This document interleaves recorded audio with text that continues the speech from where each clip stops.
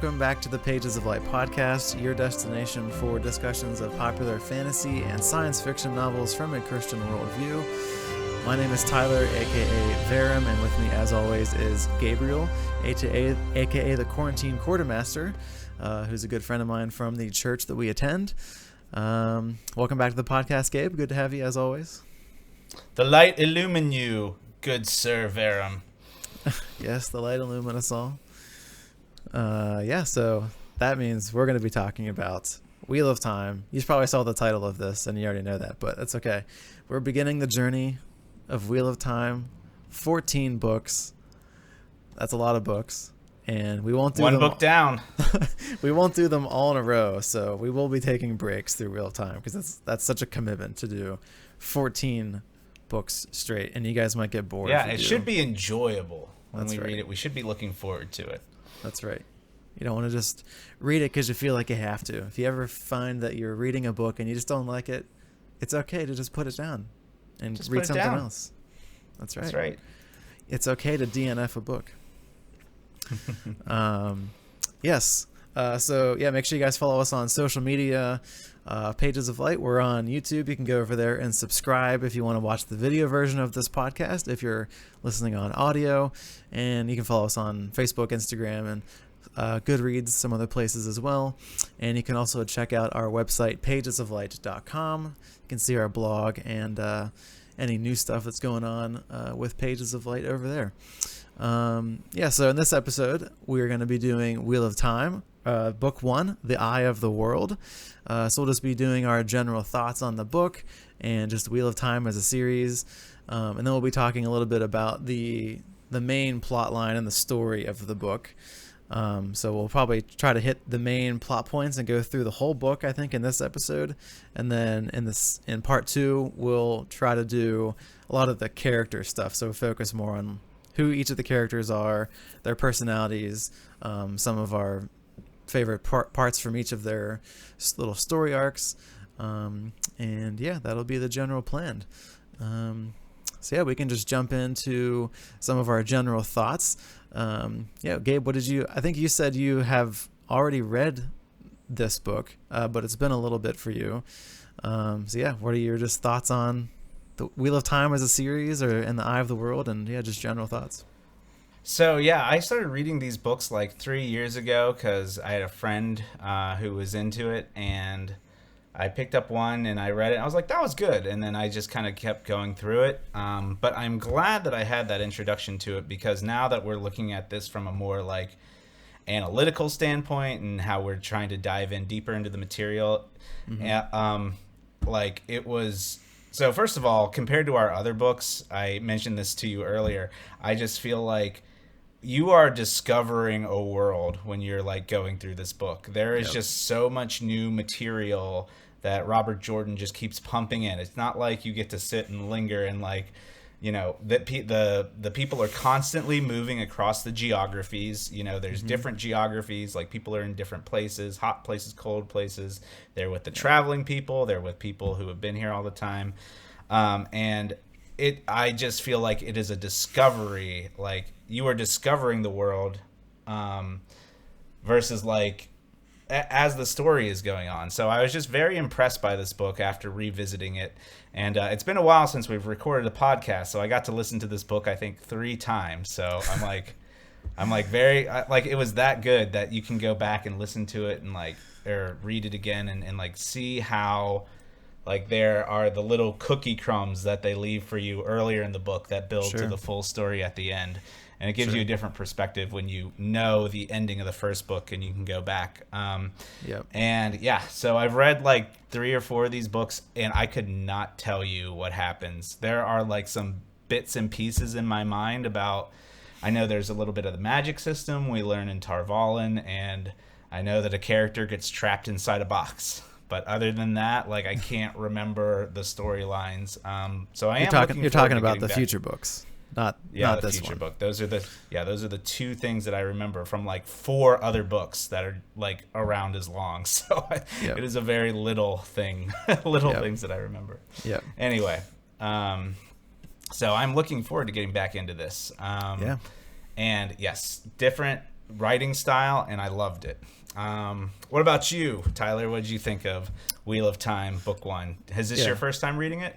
Yeah, this is my first time reading it, and I've wanted to read Wheel of Time for a while. There's a YouTuber, his name's Daniel Green, and he's a big Wheel of Time person, and I've been watching his channel for quite a while, and he's like the biggest Wheel of Time fan ever, and he's always praising it. But it's always been like, oh my gosh, 14 books, that's like such a commitment. So like if you start it, you have to like, you're like in it for like the long haul, you know. So and there was like some other series that I wanted to read as well. Like I wanted to read more, finish a lot of the Brandon Sanderson stuff before I jumped into Wheel of Time. But because the TV show is coming out, I feel like it's like I should read it now. That way I kind of like get all of the details before the show comes out, and I'm like familiar with the world, so I'm not going into the show blind, because I'm one of those people who always feels like they need to read the book before any other type of media comes out around whatever book it is. I'm like I'm a snob like that. But yeah, I'm really looking forward to reading the other books. And yeah, I did think this was a pretty good start to the series. It does feel a little slow, just because there's like, it's basically just like we start in Emond's Field, and then we're just traveling all across the whole world, basically like half of the world or whatever, getting all the way up to the Eye of the World. And I don't know, maybe I just didn't feel like there was like, maybe that's just more how like older fantasy was written, because like modern fantasy, like there's always like a big climax that's like building, and you can kind of see it coming, and you're like building and building and building to this thing, that's specific event that's going to happen. And I didn't really feel like this book was like that. It was more of like a slow burn, like we're going to just live and sit in this world for 700 pages. And then at the very end, we're going to have a little bit of a climactic event where a bunch of stuff is revealed with some of the characters. And but yeah, it was like a different type of story than maybe what I'm used to with reading modern fantasy. So maybe that doesn't mean that it's necessarily bad. Maybe just not that it was just something that I wasn't necessarily used to. But I mean, I've read Lord of the Rings, and that's kind of a slow burn as well, where there's like, you know, let's take a page-and-a-half break and sing a song. Like stuff like that in Lord of the Rings, if you've read those, or The Hobbit. But yeah, I think it was good. I wanted to do a quick sidebar though, because I realize whenever this comes out, it's probably been almost a month. No, maybe not a month, like 3 weeks since the last podcast. And that's because I had COVID. So I was sick, and so we had to like postpone the podcast probably like 3 weeks, I feel like. Yeah, I think 2 weeks we had to move it back. But yeah, I am all better. I'm good to go. And yeah, I'm excited to jump back into the podcast, because it's been quite a while. So I apologize. Well, it's not my fault I got sick, but I'm sorry that the podcast is later than it normally is. But yeah.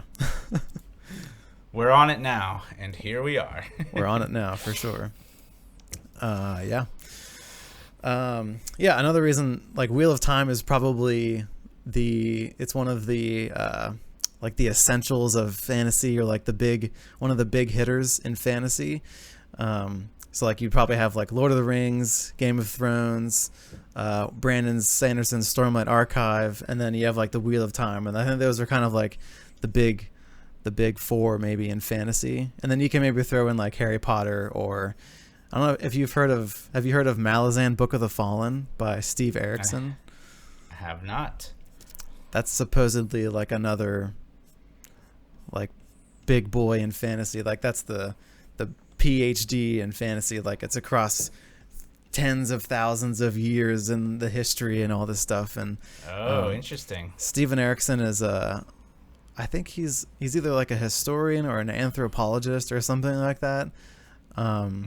So maybe after we get I think I'd love to read that, but maybe after I read some other, like when I finish Wheel of Time or finish Stormlight Archive or finish Game of Thrones, if those books ever are finished being written. Maybe not, we'll see. Yeah. I don't know. Any other thoughts on you, Gabe, on just the series or book one? Yeah,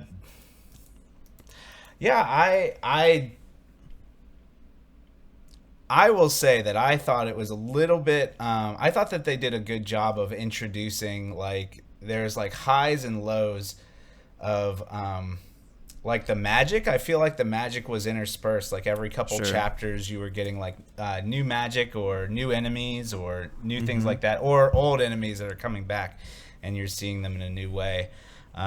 Just because there's always something that's like I did feel like I was being chased by the Dark One in this book. Like every time that they thought they were getting into a rhythm, there was something that would come out of nowhere, or it would catch up to them and be like, I almost got you. Yeah. And the dreams. The dreams were always really trippy, and they were very like they made you feel like scared. I thought they were really well done. Yeah. Like if you put yourself into the situation of like, Mr. Beelzemon with fire and feeling like waking up with a sunburn, like because of a dream you had, like, ooh, it's scary. Like things in the dream affect you physically. That's like it's like a Inception. Yeah. Oh yeah. Mm-hmm. All right, let's just jump into the story. So we're going to basically just kind of go through like the different locations, because that's like a lot of this book is based on like they're in Emond's Field, and then they get to Barillon, and then they get to Shadar Logoth, and then Camelot, and then they go through the ways, and then they get to the Feldara Fortress, and then they get to the Eye of the World. So there's like these little locations that they're jumping to throughout the story, and then different things happen in each of the locations. So the story starts in Emond's Field, and we get to see Rand and his father, Tam, and they're basically just traveling to the main town, and there's this like hooded figure that they see that's like that Rand sees, I guess, not Tam, and they don't really know who he is, and that's kind of like a mystery at the beginning of the story of like who's this hooded figure, and he's like following us around because his friends Matt and Perrin also saw him as well, so it's kind of an interesting mystery there. But I liked the beginning of the book, just exploring like Emond's Field and the little farm village, and seeing like how excited they were for like their like festival called Beltane, I think it was what it was called. Right. It reminds me of like the beginning of Lord of the Rings, where they're in Hobbiton and they're like just having their good time in their party, and just seeing like how innocent the characters are at the very beginning of the story. And I assume as we go through all the different books, like the characters are gonna change and mature, and based on like how what situations they find themselves in and the different events that happen in their life, and they're gonna come back as like way different people, like the hobbits did. Like they left the Shire all innocent and naive, and then they come back like these changed people in a way. So yeah, I just thought that it was a good kind of beginning to the story, and very reminiscent of Lord of the Rings, in my opinion. I don't know, what did you think of just the beginning of the book and Emond's Field and stuff? So yeah, so it's the Eyeless, and they are called oh my gosh, I can't believe I'm blanking on the name. Murdral, thank you. Oh yes. The Murdral in the black coat. And I just want to point out the little detail that was really cool, how the cloak remains unstirred by the wind, and how unnatural that would feel to be outside, like the wind is whipping you around, and then you turn around, and then there's like how unnatural it would be to see someone whose like clothing was unaffected by the wind. It reminds me of in Stephen King, when in the book It, there's this red balloon, and the kid's walking like in the snow, and there's all of a sudden a red balloon, and what the kid he's like, there's something wrong with this balloon, and it's drifting towards him, and it's drifting into the wind, and just like that impossibility of that happening gives you a sense of the unnatural. And I ooh, like that is not something of God. Like God operates within. Well, there are miracles, so God Yes. can create supernatural events, but that is one that you're like, ooh, that's that is not Yeah. natural. That Like is not it's a good. dark spiritual force that's Yeah, against the ways of nature and like the way things were set up to be. and physics and natural Yeah. law, and Yeah. so I just thought that was a really I thought that was a really good little detail that started off the book. And I thought that Robert Jordan did a good job of building out the characters. He made their own little life there in Emmons Field. He talked about the women's circle and like how they would do the races and they'd wrestle each other at bell time, and there'd never been a Gleeman there before. They'll talk about this for decades to come.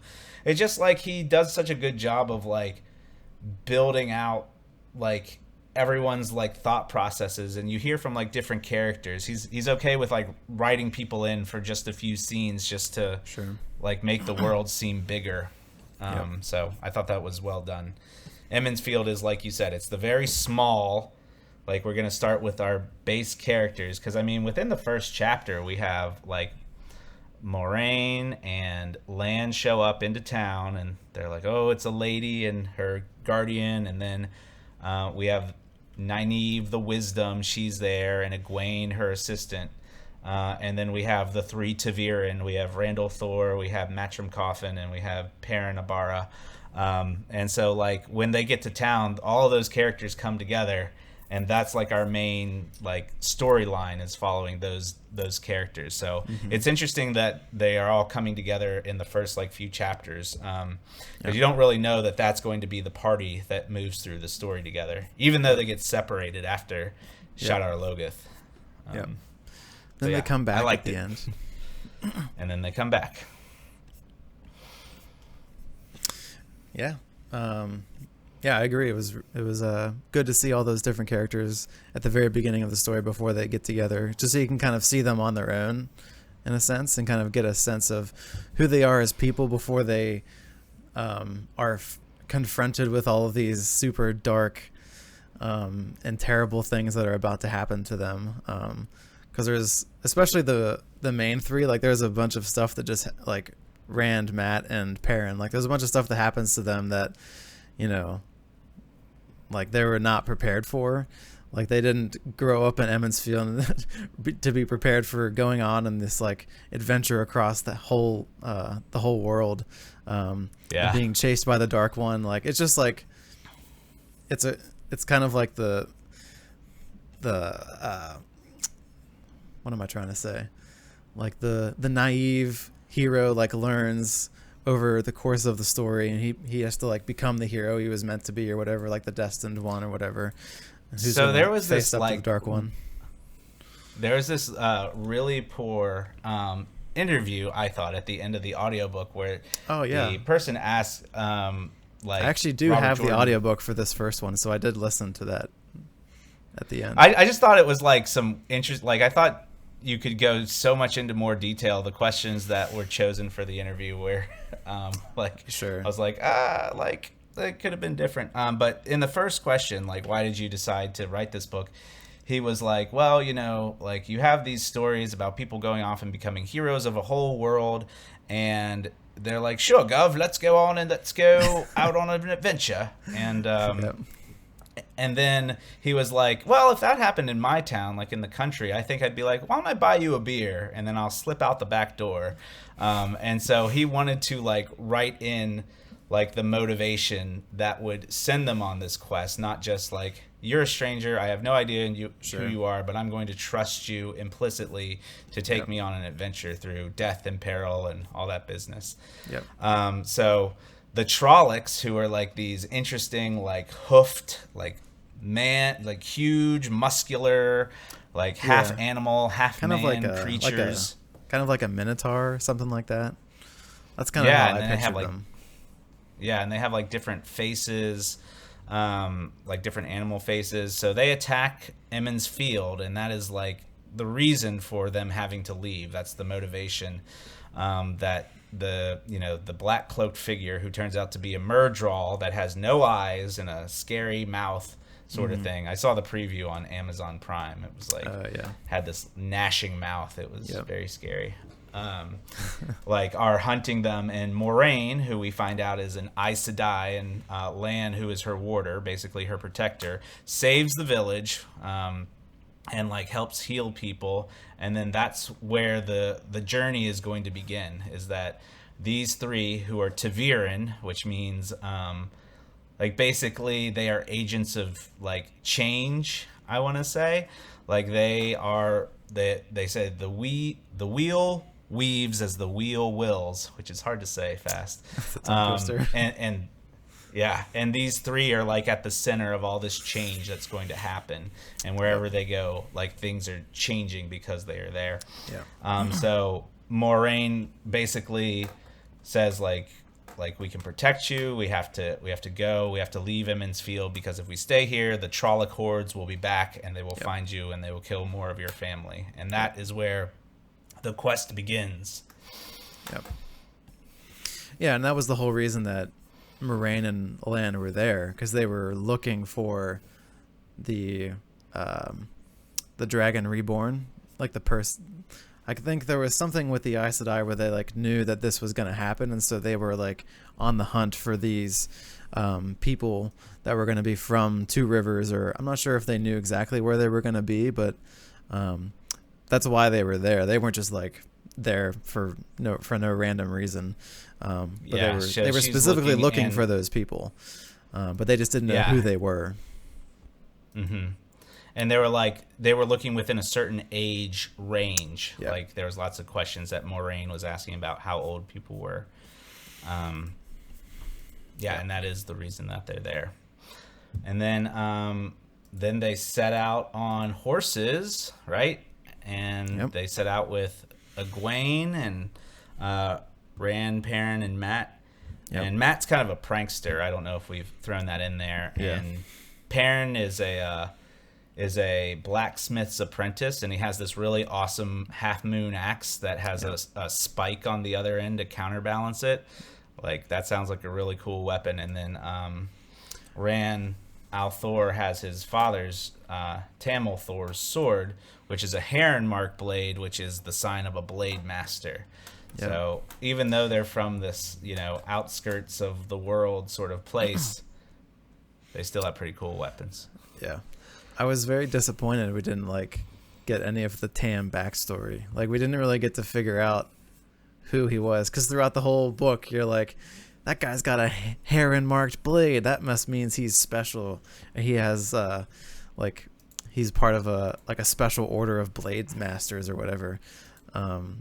So that like makes you think of like what was Tam doing like 20 years ago or whatever. Like what was his whole story, and what's the deal with his mother, because he's not Tam's son, but he's the one who like took care of him essentially. So I'll be interested to see like what happens with that whole backstory, and if we get the details on Tam and who he was before he came to Emond's Field and was living the quiet life. It's kind of like in Lord of the Rings, like the Aragorn's story, where like he's a ranger, but like he's actually the heir to the throne of Gondor, where it's like he's living another life because he like the life he was supposed to have, like he doesn't want essentially. So maybe it'll be something like that. Yeah, and that's also like Lan's story too, the Lord of the Seven Towers. Oh yeah, sure. And how he,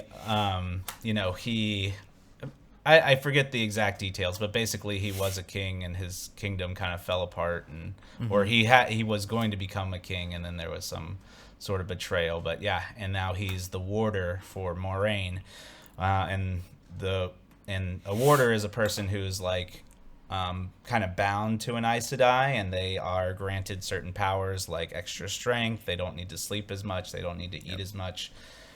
And they also seem to be really fast. There was like a good description where he was like, Lan didn't even seem to bother with the intervening space and just like appeared out of nowhere. I was like, I like the way he phrased that.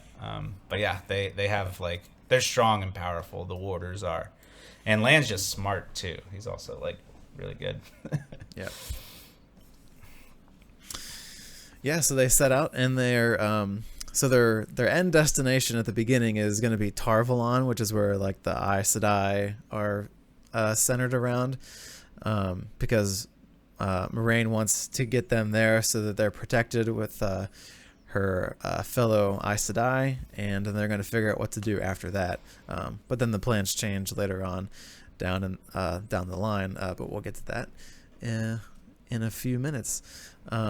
So they go to this town called Barillon, and the Emond's fielders are like, "This is the biggest town we've ever seen. It's amazing." So just like playing into like the naivety of those characters, and just like watching them like experience these new and crazy things that they've never seen before, because they've, you know, been in that small town and on the farms their whole life. And so this is where like some of the stuff with the main plot line starts to happen. Like the three start to have dreams involving Baal-Zaman, who's kind of like the devil or the dark one, and he's speaking in their dreams, saying things like I will control you and you will work for me, and you should just come to me and then we can rule together. Like all those things that like the devil would say to people to like convince them that his plan is the best, essentially. Yeah, and as we said before, the dreams are really creepy, and they're like so vivid, and like things that happen in the dream, like they almost seems like they affect things in the real world. Like I think like one time they said that like his hand was hurting because he got like stabbed in the hand or something like that, or just things like that would happen, where it would feel like it was so real that it would affect you when you woke up. Any thoughts crazy on that? So there's different layers of like how they call him the Dark One, they call him Beelzebub, and that's like apparently like the Trolloc name for him, and then his actual name, which it's kind of like Voldemort, like he who should not be named, like they say Shaitan is like his identity, I guess, and they use they're like, don't say him, like say the Dark One or say Beelzebub. I'm messing that one up, but that's Beelzebub. Yes, thank you. I hear it, but sometimes I just need to see the word. Yeah. But yeah, I thought that was interesting how there's like different layers, and how like we call the devil, we call him like the enemy. I know that in some of my Christian groups we called him the enemy, and then the father of lies. And then father of lies, Lucifer. Like there's so many different like identities there. Sure. And like I don't know if there's like a certain way that we should or should not like refer to the devil as like is there like certain danger in using certain names with him? I don't know. And that makes me curious. Now I want to go do research. I've never really looked into it. But yeah, I did like the parallels between Baal-Zaman and Satan, because he is kind of like that spiritual being who's like constantly whispering in your ear of like what you should be doing, and like trying to get you to do things that he wants you to do, whether or not that's the best thing for you. So yeah, I don't know. It was just, and it was crazy as well, because like the dreams that they were having were they were the same dreams, but they weren't communal dreams. Like they didn't see each other in the dreams, but they all had kind of the same types of dreams, and he was saying the same things to all of them. So because he doesn't know yet which one he's hunting. Sure. Yes. Because he's looking for the Dragon Reborn, as he has done through the cycle, through the Wheel of Time many times before, and he uses all this demeaning language like, "You worm, you will bow to me." Yeah. And you will bow to me in death, or you will bow to me in life. Yep. Yeah. That was the other crazy thing. Like hearing him talk about, like, I've had this conversation with you like thousands of times before. Like we've done this a million times, like over and over and over again. Yeah, no, I think that's It's just like not an a new image. fight. It's just a fight rediscovered anew or something. Yeah, exactly. And that's like in our own history, like there's tons of things throughout history, like it's the same like fight that's just fought over and over again in like a different way in a different time with different people, but it's like the same type of battle that we're fighting against the devil throughout history. So there is this story kind of takes like I forget if it was like Buddhism, maybe it was in that interview that he was saying that I think if it's Buddhism that had the idea that time is a wheel and that things repeat themselves over and over again. Yeah, or Hindu, I forget. I can't remember which one it was, but it was one of those two, which is like an interesting premise. Like we kind of think of time as it's more linear, like things don't repeat themselves. Well, like history tends to repeat itself in certain ways, but like the exact events and things don't repeat themselves. So it's just like an interesting idea to think of time as something that's cyclical and that there's a cycle that the same events happen every like 1,000 years or whatever time frame it is, which kind of makes the stakes feel really high because like you're trying to break a cycle that's been going on for like millennia, and like how do you even comprehend like breaking a cycle like that? Like you can think of like family and like generational things that happen, like the same, like the son does what the father did and then the same thing, and like it's a cycle of like behavior and stuff like that. Like even breaking cycles like that seem sometimes impossible, but like breaking entire like whole time, like global universal wheel of time, like it just seems like a crazy premise, and like how could you even think about beginning to break that whole process? Yeah, just like an interesting and thing. I think it would just be really intimidating to be on the other end of that, and like hearing that this has been done thousands of times. Kind of that daunting and that pressure, like, well, maybe I should just give in because it's already been done so many times. Why am I going to be any different? Why should I struggle? Yeah. But then like, why don't we just wait for the next cycle for the other dragon reborn? Like that person can take care of it. So it's like a struggle of like I don't want to be the one to have to go through this, this trial. Let someone else do it. Which whenever you're like young and naive, like you don't really want to go through struggles and trials. Like you want to kind of have like the simplest, like the path of least resistance. Oh yeah. and then when that fails you, because it inevitably will, then you will learn like, that's the way that I should have done it. If I had been a little bit more responsible, or if I had known a little bit more, I would have approached that situation differently. And that's what experience is. Yeah. So Barrelon, we also get introduced to the White Cloaks. The children of the light. The children of the light. There was an interesting description when Perrin starts becoming the Wolf Brother, and I love that. That was so cool. Yeah, I saw that you like that. The wolf says that the people smelled weird, and the wolf says like that they smelled like they were rabid.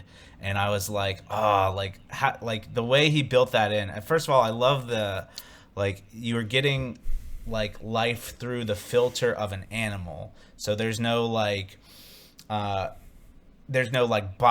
There's no like thinking about the history of the Children of the Light. There's no like knowing what they do. It's just like my instant impression of them is they smell rabid, and it kind of embodies that for like fanaticism.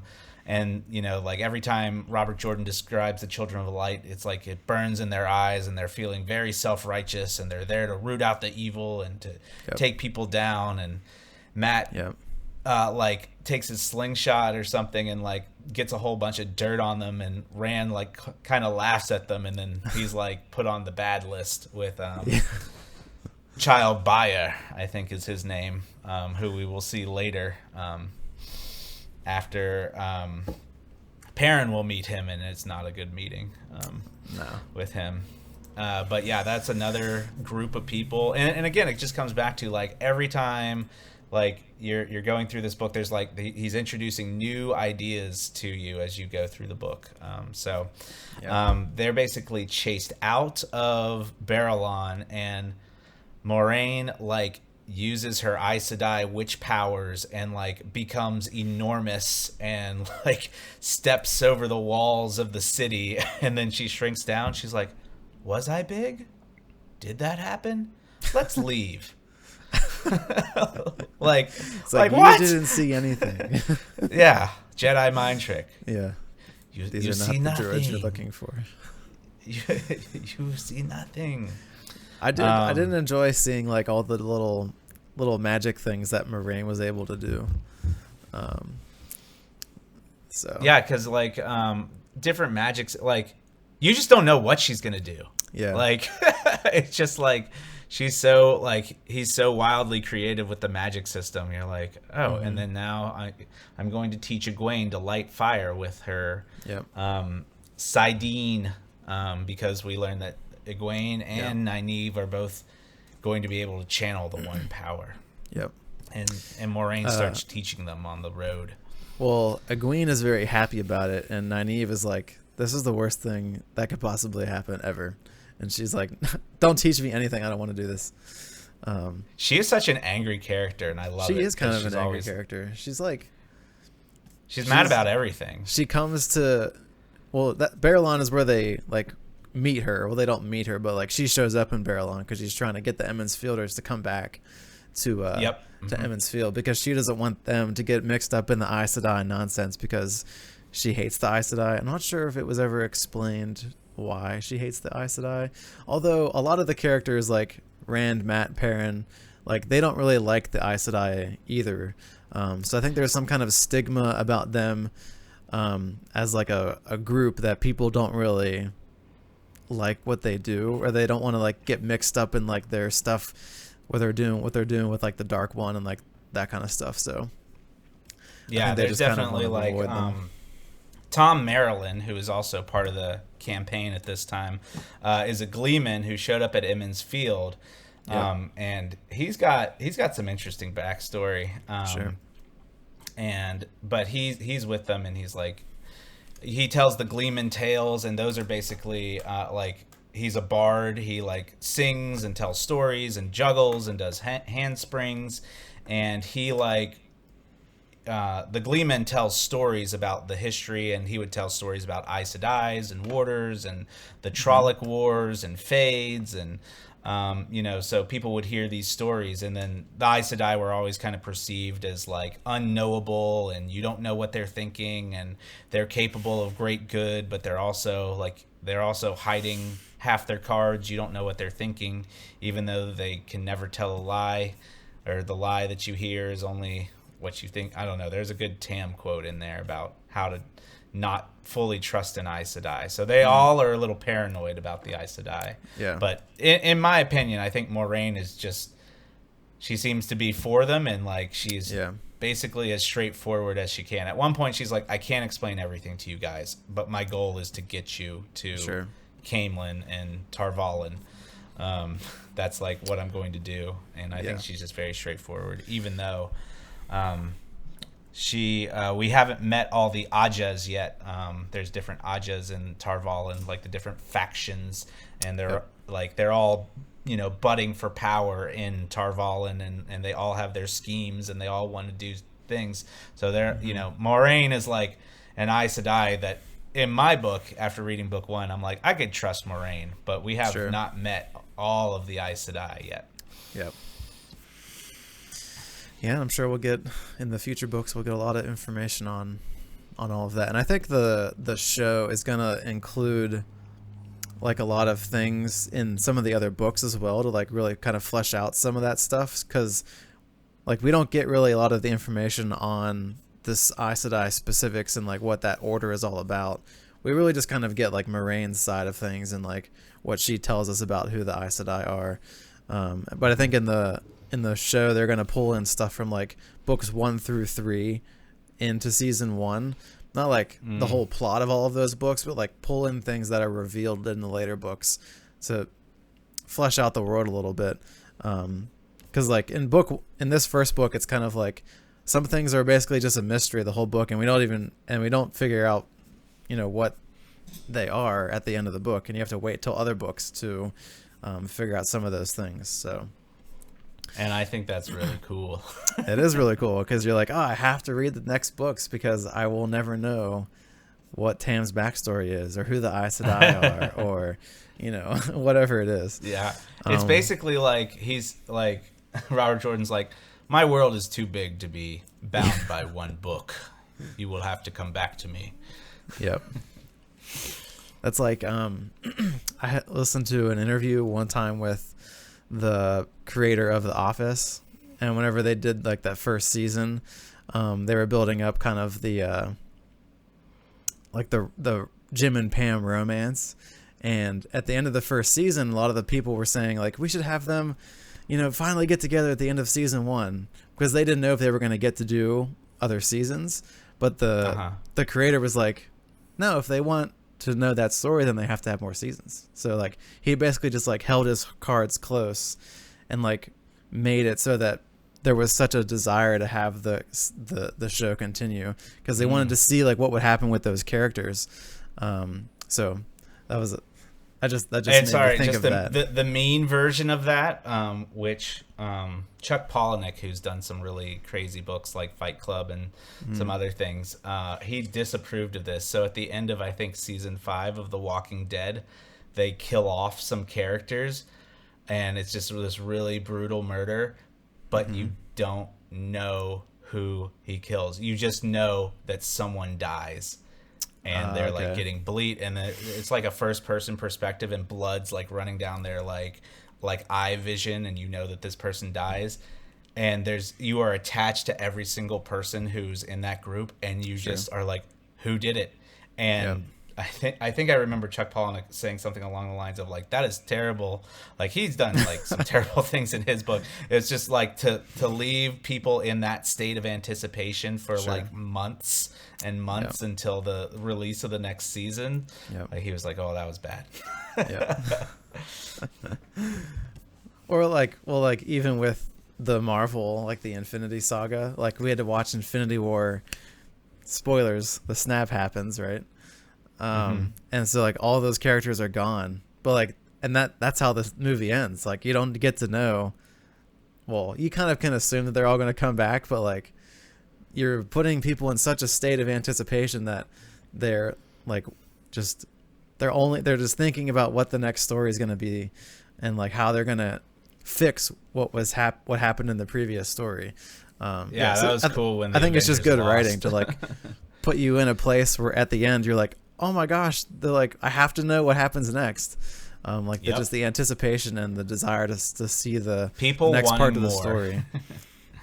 So I think that was, as much as it might not be like fun as a reader to like have all these things that you're thinking about. I don't know, maybe people enjoy that, but it just makes you like want to keep reading. All right, where were we again? Side quest complete. Yes, side quest complete. We were leaving Barrelon, I think. We might have to like split this into 2 episodes because there's so much in this book. It's ridiculous. It's like almost, it might not be as big as Dune, but there's a lot in this book. Oh yeah, it's good. So Barrelon, they leave, and then is that when they start getting trailed by the Trollocks and the Fade? No, there's the crossing at the ferry.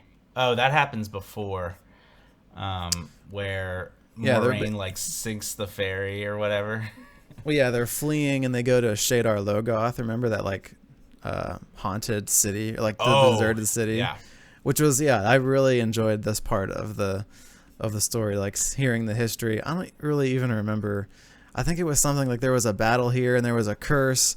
And like the curse is so bad that even the evil creatures don't want to go in because they're afraid of it, kind of a deal. Yeah, so that's like why a good they place ended to up hide. camping out there. Yeah, because the Trollocks and the Fades were on their trail, and then they said, we know a place that we can stay. Moraine and Lan are saying this, where they will not go to tread. Well, not tread there. And so they go in and they like basically set up camp inside an abandoned building. And good old Matt Coffin's like, hey, let's go exploring, guys. And this, you know, he's like, such a troublemaker. He is. He like gets the White Cloaks all messed up. He goes and explores the city of the damned, basically. And he's like, yeah, let's go exploring and find some treasure, he says. Yeah, he wants to go treasure hunting. So how'd that work out for him? Oh, he found some treasure. And then they bump into Mordith, and he's like, I am Mordith. And there's this pause because he expects them to like recognize who he is. And he's like, I've found treasure, and if you help me, like you can have all that you want. Yeah. And then they go down into the bowels, and then there's all this treasure, and then the description of Mordith, and he's the one who like curses the town, I think. Like he swells up like a balloon and fills like the 2-story tall thing, and then like he like dissipates and like flies out through a wall. I was like, what is this? Like what kind of magic? Like he's inflating like a puffer fish. Like this is weird. And then they like run up, and Moraine's like, did you take anything? And they were like, no, we didn't take anything. And she was like, did Mordith touch you? And she's like, I need you to be very sure that that's the name that he used. And they were like, yes, it was Mordith. And they were all explaining. And so what we learn later in the book is that Matt Coffin has grabbed a dagger from Shadar Logoth. The treasure. He took the treasure. It's this ruby hilted like dagger. And what we don't know about it is that it's a cursed object, and it's cursed because it was in Shadar Logoth. And basically it ties itself to its owner, and it makes them feel suspicion and fear about everybody and everything. And slowly it becomes... like have no hope. And it slowly starts changing Matt from the happy-go-lucky kid that he was into... like someone who doesn't, and eventually he even stops, you know, almost trusting Rand when they are in Camelin. Yep. That's when the dagger has the most power over Matt. Yeah, like he's just sitting in his room and he's like I don't. And then after he was cleansed, he was like I don't even remember getting into the city, and he'd been there for days. And I love, and this is one of the things when I went back and read the book again, like how the language for Matt starts changing, and like you just pick it up earlier, like how do we know what they're thinking? How can we trust them?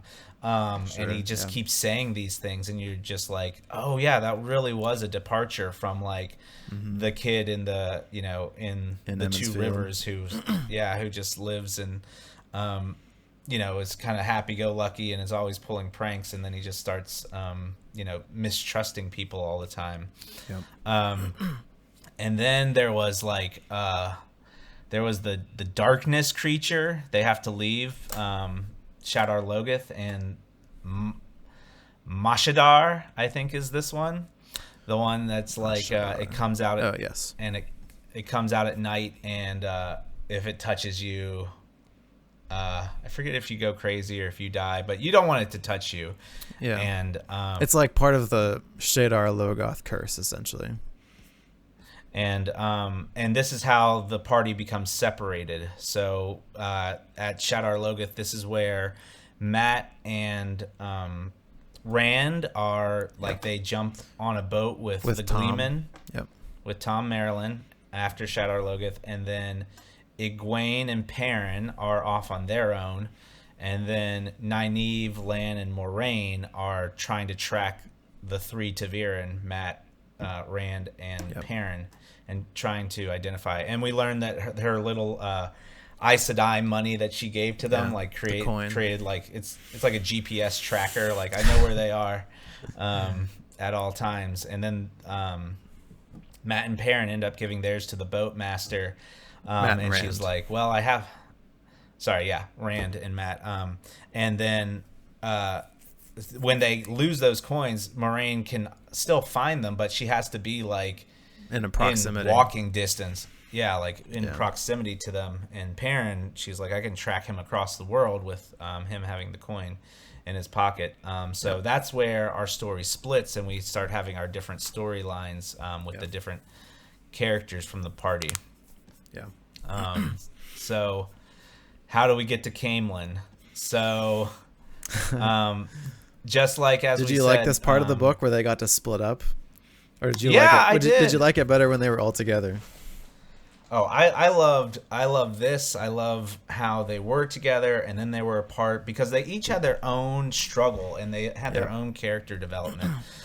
So Matt and Rand learn how to be gleemen, like they get on the boat and Tom's like, I could have made our affair with a bunch of stories, or you guys paid up silver so fast, and then he's that's part of how they get like passage on the boat, because Tom's like, I'm a gleeman, I'm training these guys to be gleemen, so like we'll let us travel on your boat and we'll make your crew happy or whatever. So that was like, they had to be like learning, because that was like part of the cover essentially. But then like they use it as their livelihood, like and that's one thing that I like about this book is like Robert Jordan is very concerned with where people are eating and how much they're getting to eat throughout the book. like he is always talking about the characters being hungry and like being cold out in the weather. And then Matt and Perrin, after this time with the Gleeman, they develop their talents. Matt can juggle and Rand can play the flute. And then they start booking gigs at taverns, and they get free food and free shelter, and sometimes they even get paid. So like this was a really important part of the book, to be trapped on this boat and having all the the people watching them. Rand and Matt are still having dreams. The Shadar Logoth dagger is starting to affect Matt. And I love how in the book he just like he said, like, he will just throw in this one little sentence like every so often, and it was like, and Matt touched his cloak, or Matt's hand disappeared into his cloak. And it's just kind of like, just those few words, like that was an indication that he wasn't trusting someone in the conversation. And how like, I just love that, like he was always like taking the time to get the mental mindset of the characters who are not like the primary focus, but they're always contributing to the conversation. Like Perrin looked uneasy, and Lan looked like there was nothing, like didn't have a care in the world, and he always builds in these little like one sentence things to make the story feel more full to me. And like fleshed out the characters' personalities, like how they think about situations, or like how they react to certain things. I thought it was interesting hearing, like, because throughout the story there's situations where like a pretty girl will smile at them, or like things like that, and then Rand will think like, I wish Perrin was here, like he knows how to talk to girls. And then there's a scene with Perrin where he's like, I wish Rand was here, he knows how to talk to girls. And like just them like thinking the same thing of each other, like just like little interesting little things like that. It's and I love how who the characters are. Yeah, I thought, and in my mind went exactly to that example where they were talking about the different girls. And what's funny is they're both equally clueless on how to interact with girls. And they're like, oh yeah, the other one does it so much better than me. You know. But like, how old are they? Like 16? They're like 8. Yeah, I 17? Thought they were like 16 to 18. I didn't know something like that. Which usually when you're that age, like you don't know anything about like dating or like any kind of stuff like that. So.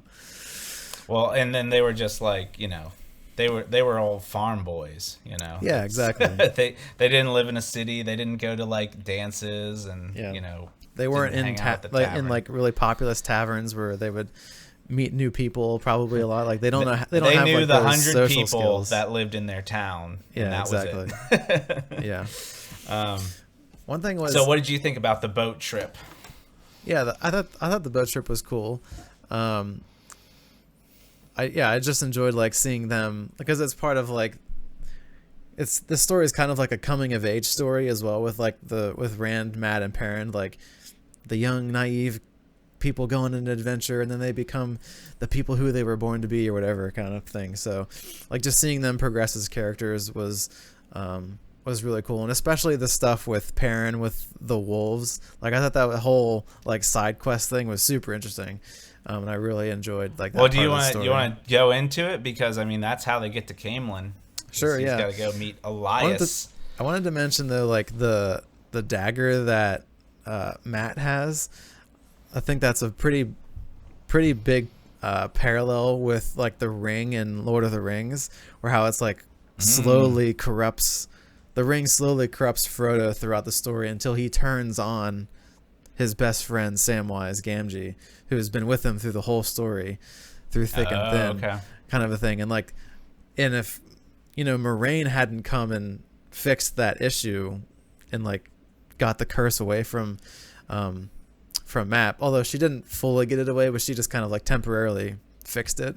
But like that kind of, it would have resulted in the same kind of situation where like Matt would have maybe tried to attack Rand or like leave, or like he could have done a bunch of stuff if that would have gone unfixed. And I think that's a good parallel as well for like sin, to try to bring up like a Christian worldview perspective, since that's what we try to do in this podcast. Like just like letting, like this dagger can kind of represent like sin in your life, and if you let it like fester and you don't deal with your unresolved sin, or you don't try to combat it, or you don't try to change your ways, like you can just continually make you go down a path that is like increasingly terrible. Like it might start small at the beginning, like just small little white lies or little sins here or there, and then if you don't keep it in check, then it becomes bigger lies and bigger sins and bigger actions that are more and more harmful to yourself or to people around you. So I think that's just like a good, I thought it was an interesting parallel with Lord of the Rings, with the ring, and then also with just sin in our life. So like, I think the dagger was just a really cool part of the story. Yeah, and to build off what you said, with sin, and it's also like, if gone unchecked, sin can kind of like get bigger and bigger, but it also can just remain the same, and it's also about like that persistence, like. Yep. So when you are sinning is separation from God, and there are little sins, like telling a white lie, and there are other sins like committing murder or killing somebody, and they are both separations from God, which is what sin is. And then like the magnitude is something that is important as well. All sins can be forgiven. We believe in Jesus Christ and he can save us. But also, like, the little sins can also build up. Like, I'm thinking about relationships. Jenna and I are doing our re-engage marriage group. We are in the 14th week. It's kind of a marathon. We have 16 weeks of it, just like this book. And we shared our marriage story just this past week, and we had talked about some of the sin patterns that we had, and like some of like that come from our parents and stuff, and we really like touched a bunch of people. We got several people just saying how much they identified with our story, and just to bring it all together, like the only way to know when you're sinning is to get into the Word and to understand what God wants for your life, and to search the Bible for truth, and the way that you should act, because most of the time the way that we act is not the way the Bible wants us to act.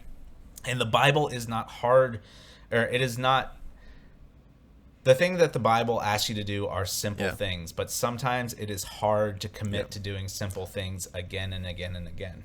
But it's about that. It's sin is about choice, and like sometimes you just default into a sin pattern because you don't even realize you're making the choice to fall into it. And I think the only way to do that is to change your life, is to pray to God and to dig into the Bible and identify truth, and say, like, this verse is telling me that the way that I treat this person or the way that I react to the situation is wrong, and I need to change that in myself. And I think that a lot of times people just have patterns of behavior, and they don't question where they came from, why they do it, and it just perpetuates. And I think it's a really good thing for us to do, is to explore the Bible and find ways to challenge ourselves to be better and to do less sinning. Yep. Yeah, and it's so hard to do the simple things that the Bible says because of our sin nature. Like our default pull Setting. is towards our sin and not towards what the Bible says, right? So like Sure. the things the Bible says seem like they're just simple principles, but like to how you act those out and how you accomplish those can be really difficult because there's people around us that are doing things that we might not like, or there's, you know, like we're selfish generally, and like we want what's best for us. Like we don't want what's best for other people. We want to do what we want to do. And like that's the most important thing to us, like our own life, right? So like even in marriages, or like if Choosing you have yourself kids, or is the biggest sin. yeah. And yeah, and I mean in this story you see like Matt, like he's just concerned about like his own well-being. Like he doesn't want to, like when he gets to Camelin, and we kind of really see this, like he just sits up in his room and he's all by himself, and he doesn't want to go with Rand, and he doesn't want to help find the other people, and he doesn't want to do anything else. He just wants to do what he wants to do. He wants to lay in bed and be a bum, or, you know, whatever it is. So like he's in that moment, like he's just consumed by like his selfishness and his like he's consumed by like his sin nature, if we're using like the dagger as like a parallel to sin.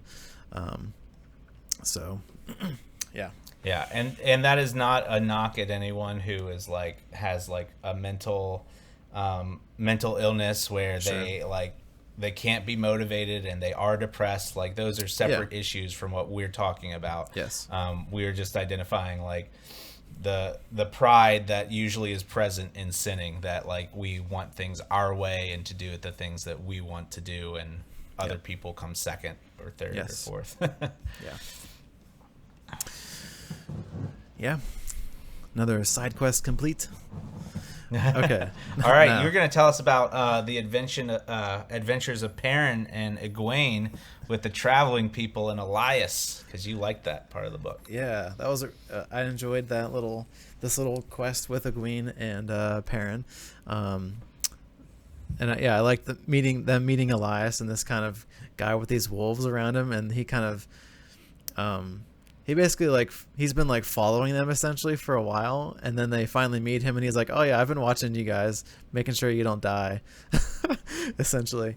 And so like he decides to like help them on their journey because they're trying to get to, did they decide that they were trying to get all the way to Camelin? I'm trying to remember, because I think whenever they all got split up, they were trying to figure out like, okay, do we go to up to Whitebridge because that's where they were originally going, or do we just keep going over here and then we'll meet up with them later? I think it was like Whitebridge then Camelin. I think that was the path that they were going to take. Whitebridge. But then they started going like cross country essentially, so they weren't on the road. I think to kind of avoid attention, because they didn't want to get caught by and Eyeless was like, yeah, you could travel 100 miles in this direction that you're taking and never come across another human being. Yeah, they were like severely, their sense of direction. I mean, because Perrin was just like, up. I looked at a map one time when I was a kid. I'll set the direction, again, like totally like, like, oh yeah, I got this. Like, we're going to go this direction because I remember this. And Eyeless is just like, you're on, a journey of death, because you're just going to walk into the wilderness for 100 miles, just the two of you. No, thank you. And then they meet the traveling people and the way of the leaf. Yeah.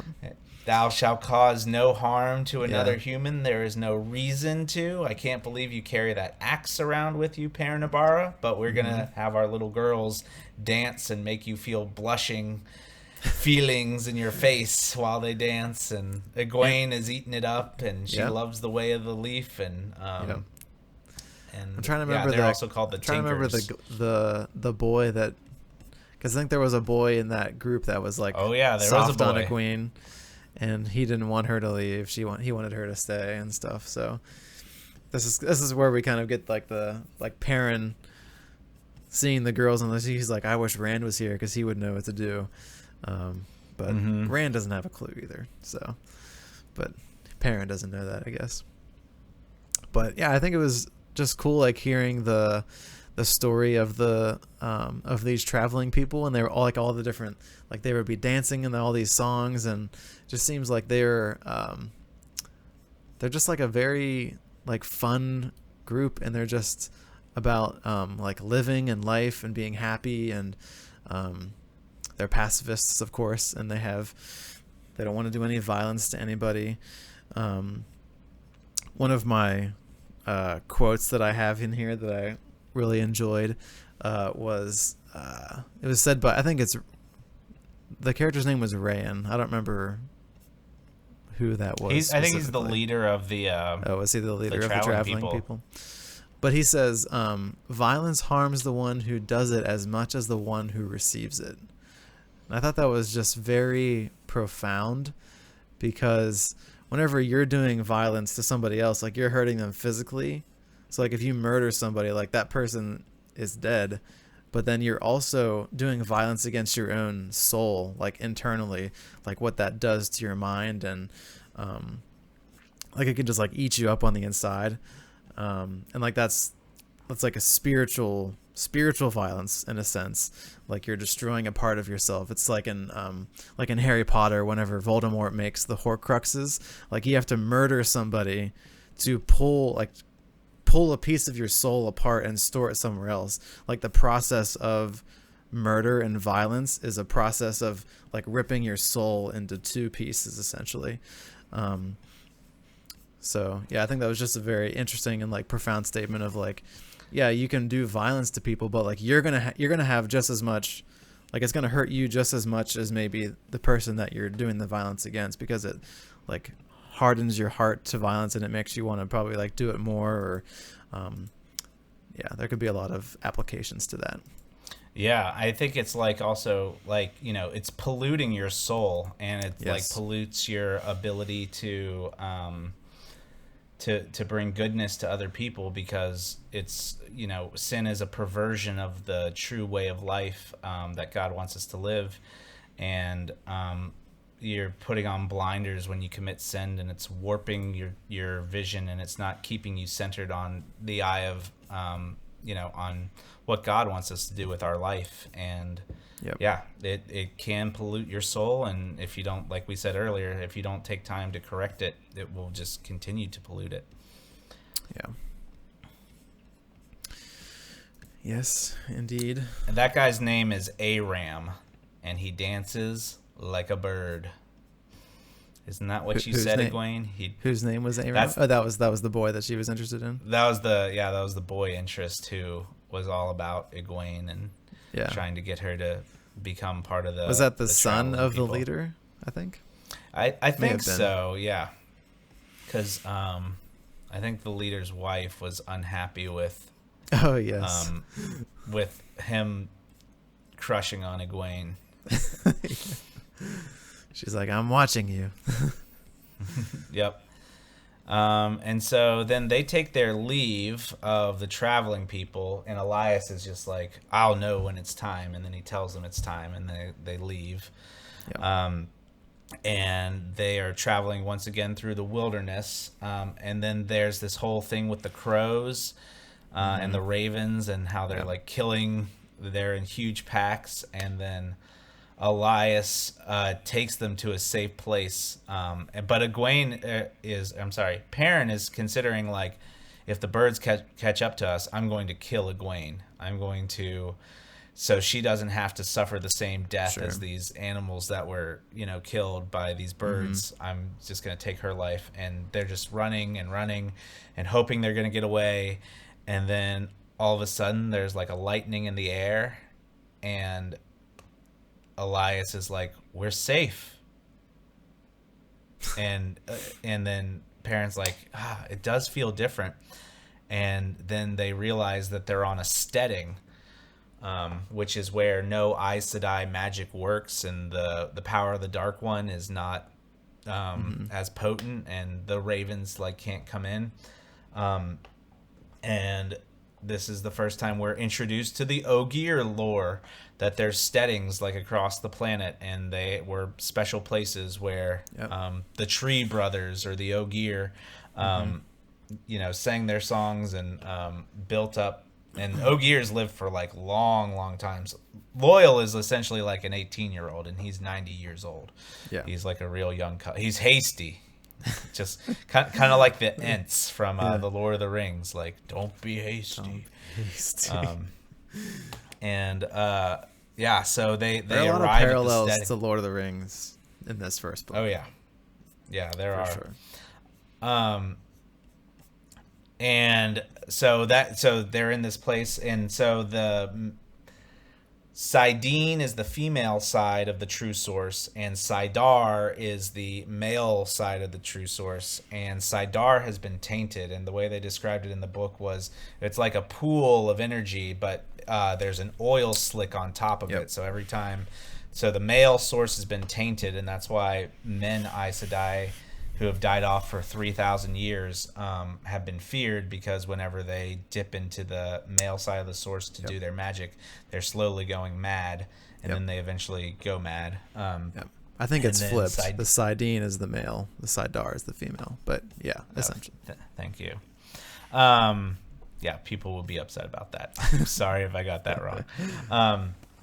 And then I think it's shortly after the steading is when they're being hunted, and all this time, like, Perrin is learning more about becoming a wolf brother and how he can communicate with the wolves, and so they're being tracked by what they learn is the White Cloaks and the Children of the Light, and this is when the wolf conveys to them that they smell rabid and they don't smell safe, and then the one wolf, Hopper, tries to defend Perrin, and he jumps out of his shadows and takes the life of a White Cloak, and then they kill it, and then Perrin goes bananas and kills two Children of the Light, and then he wakes up like bound, like more than a normal human should be, like tied up in the general's like camp with Egwene. And then we meet Child Buyer, who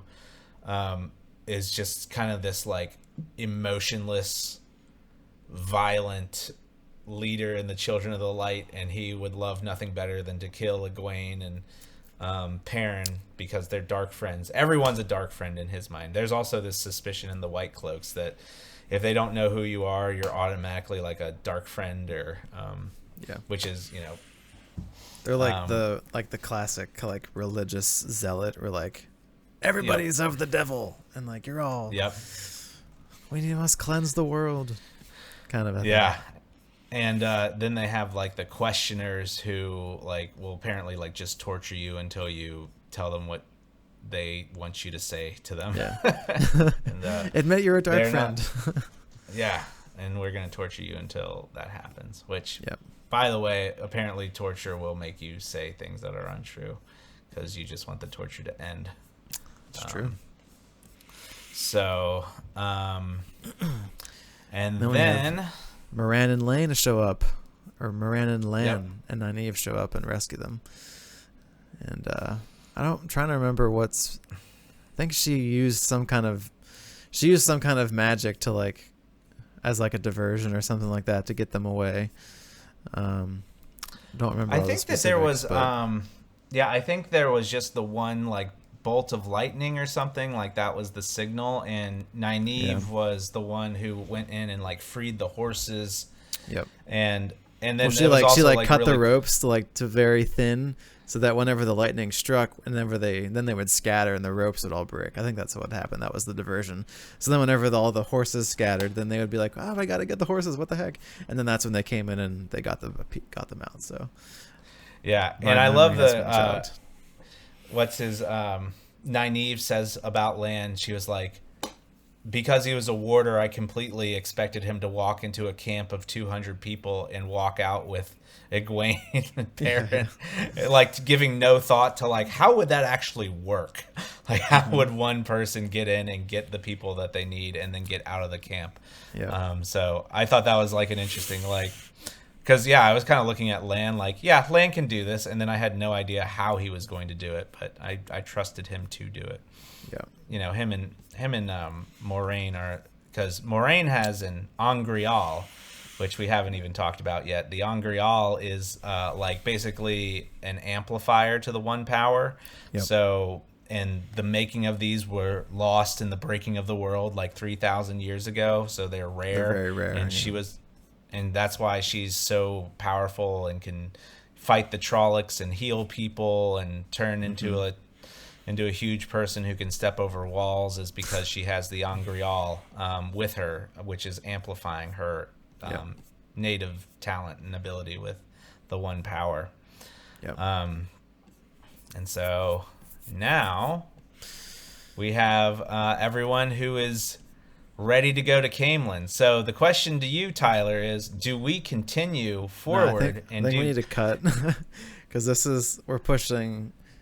Well, my record, it's a little ahead because we started recording earlier than we actually started the podcast. But yeah, we're at an hour and 20 minutes right now. So I told you 3 episodes, man. We'll probably want to do a wrap up here real quick, and then we'll start we can bring the second Camelin episode. We'll do Camelin in the end of the story in part 2, and then depending on how far we get in that episode, we'll probably finish the story, but maybe we'll do a third episode on this book. I'm not sure. We'll 3 see. episodes for sure.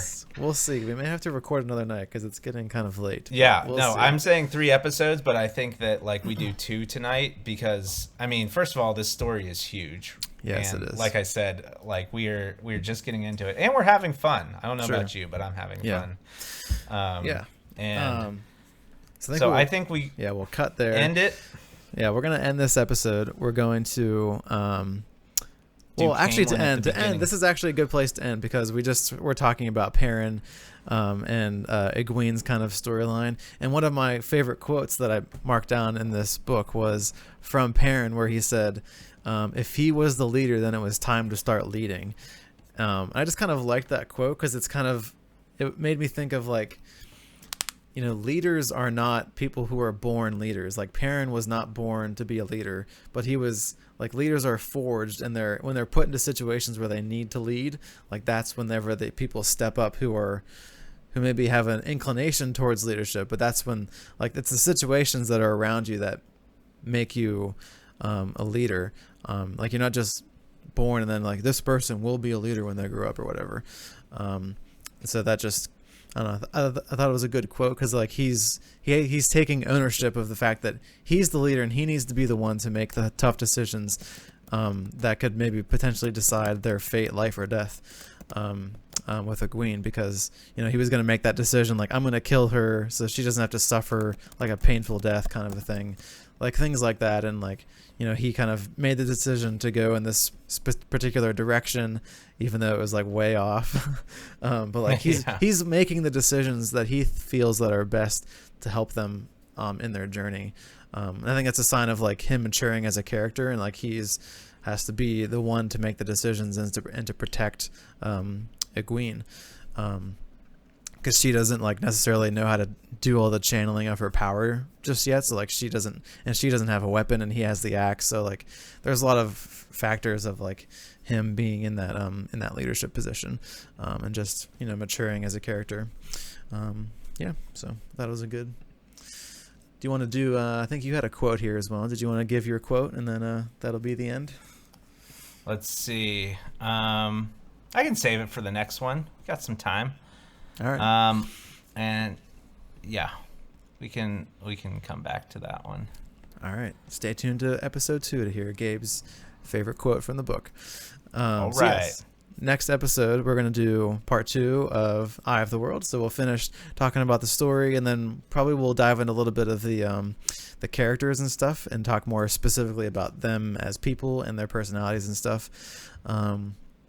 So if you want more content from Pages of Light, you can go to our website, pagesoflight.com. You can follow us on social media platforms, YouTube, Facebook, Instagram, Goodreads, all those different things. You can follow Gabe at neighborhoodnerdservices.com. Check out what he's doing over there. And links to all of those things will be in the description, and there'll also be a link to buy this book if you want to do it. I have this nice paperback here, and Gabe does the audiobooks, but you could get all of those at the links below.